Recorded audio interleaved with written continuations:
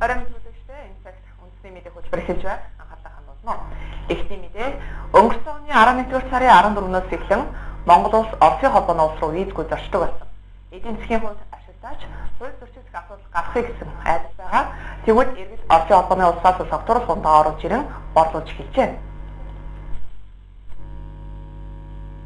Оросын холбооны улсаас Монгол улс руу хил нэвтрэхдээ хэрэглээний зориулалтаар гар тийшэндээ архи согтууруулах хундаа тээвэрлэхийг зөвшөөрдөг юм а. Гэтэл зарим иргэд визгүй болсноор архи оруулж ирэн гар дээрээс борлуулж бизнес хийдэг олон зөрчил илэрж байгаа гинэ.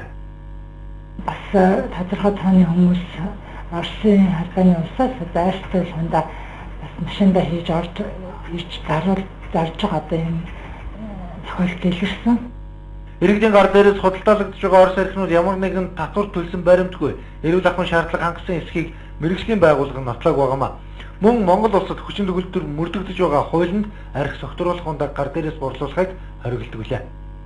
Заавалж гомдлын ярилцлага орж тодорхой шинжилгээ стандартын шаардлага хангасан уугүй шинжилгээ өгж баталгаажуулж татврынхаа акцийг бүрдүүлснийхаа үндсэн дээр худалдан борлуулах хэрэгтэй.